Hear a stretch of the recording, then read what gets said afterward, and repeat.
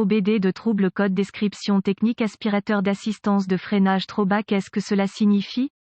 Ce code générique de diagnostic de panne du groupe motopropulseur DTC s'applique généralement à de nombreux véhicules OBDII, cela peut inclure, mais sans s'y limiter, les véhicules de Chevrolet, Ford, VW, Buick, Cadillac, etc. Un code enregistré P050F signifie que le module de commande du groupe motopropulseur PCM a reçu un signal d'entrée du capteur de frein à dépression VBS qui indique une dépression insuffisante au niveau du servo-frein d'assistance au freinage, même s'il existe plusieurs types différents, y compris hydrauliques et électroniques, de systèmes d'assistance au freinage. Ce code ne s'applique qu'à ceux qui utilisent le vide moteur et un servo-frein. Le servo-frein à dépression est situé entre la pédale de frein et le maître-cylindre. Il est boulonné au pare-feu de l'habitacle, généralement devant le siège conducteur. Il est accessible avec le capot ouvert. Une extrémité de la tige de l'actionneur du servomoteur dépasse à travers le pare-feu et se fixe au bras de la pédale de frein. L'autre extrémité de la tige de l'actionneur enfonce le piston du maître-cylindre qui force le liquide de frein à travers les conduites de frein et déclenche le freinage à chaque roue. Le servo-frein est composé d'un boîtier métallique avec une paire de grands diaphragmes à vide à l'intérieur. Ce type de servomoteur est appelé servo-frein à dépression à double membrane. Il existe certains véhicules qui utilisent un amplificateur à membrane unique, mais c'est rare. Moteur tournant, une dépression constante est fournie à la membrane, qui tire légèrement sur le bras de la pédale de frein. Un clapet anti-retour unidirectionnel, dans le tuyau d'alimentation en vide, empêche la perte de vide lorsque le moteur est placé sous une charge, alors que la plupart des applications de véhicules diesel utilisent un système d'hydraboost. D'autres utilisent un servo-frein à dépression, comme les moteurs diesel ne font pas de vide, une pompe entraînée par courroie est utilisée comme source de vide. Le reste du système de surpresseur à vide fonctionne de la même manière que celui du système de moteur à gaz. La configuration VBS typique implique une résistance sensible à la pression à l'intérieur d'un petit diaphragme à vide, enfermé dans un boîtier en plastique étanche à l'air. La pression du vide, densité de l'air, est mesurée en kilopascal kPa ou en pouces de mercure Hg. Le VBS est inséré à travers un œillet en caoutchouc épais et dans le boîtier du servo-frein à dépression. Lorsque la pression du vide augmente, la résistance VBS diminue. Il en résulte une augmentation de la tension du circuit VBS.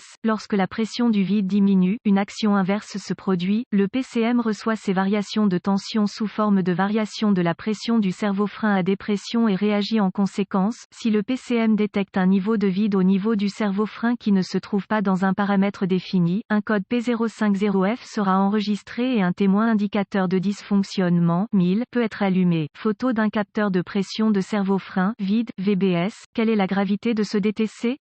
Une faible pression de dépression au niveau du servo-frein peut entraîner un effort accru requis pour activer le freinage. Cela pourrait entraîner une collision avec un véhicule. Un P050F doit être adressé d'urgence. Quels sont certains des symptômes du code?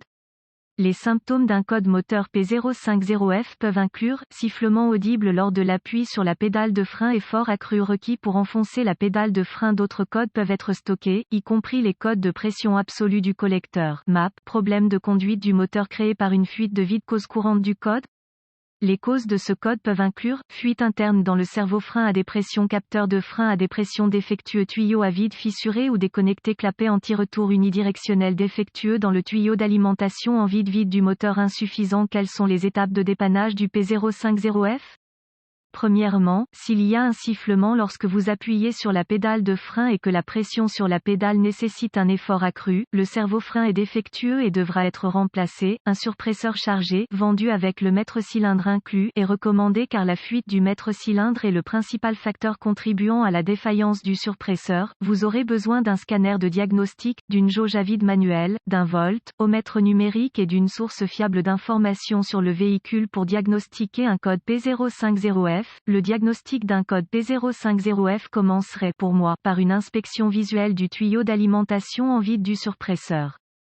Si le tuyau est branché et en bon état de fonctionnement, démarrez le moteur KOER et immobilisez le véhicule en stationnement ou au point mort. Retirez soigneusement le clapet anti-retour unidirectionnel à l'extrémité du tuyau d'alimentation en vide du surpresseur et assurez-vous qu'il y a suffisamment de vide pour atteindre le surpresseur. Vous pouvez utiliser le manomètre à vide manuel pour tester un vide suffisant en cas de doute. Les exigences de dépression du moteur peuvent être trouvées dans la source d'information du véhicule. Si le moteur ne produit pas suffisamment suffisamment de vide, il devra être réparé avant de poursuivre votre diagnostic. S'il y a suffisamment de vide au niveau du surpresseur et qu'il semble être en état de marche, explorez votre source d'information sur le véhicule pour les procédures et spécifications de test des composants. Vous devriez également trouver des schémas de câblage, des vues de face de connecteurs et des graphiques de brochage de connecteurs. Ces ressources seront nécessaires à un diagnostic correct. Étape 1 avec la clé allumée et le moteur éteint. KOEO, débranchez le connecteur du VBS et utilisez le câble de test positif du DVOM pour sonder la tension de référence à la broche appropriée du connecteur. Testez une mise à la terre à l'aide du câble de test négatif. Si la tension de référence et une masse sont présentes, passez à l'étape 2. Étape 2. Utilisez le DVOM sur le réglage Ohm pour vérifier le VBS. Suivez la procédure de test et les spécifications du fabricant pour tester le VBS. Si le capteur ne respecte pas les spécifications, ce n'est pas bon. Si le capteur est bon, passez à l'étape 3. Étape 3 avec le KOER. Utilisez le fil de trayon positif du DVOM pour sonder la tension du signal au connecteur VBS.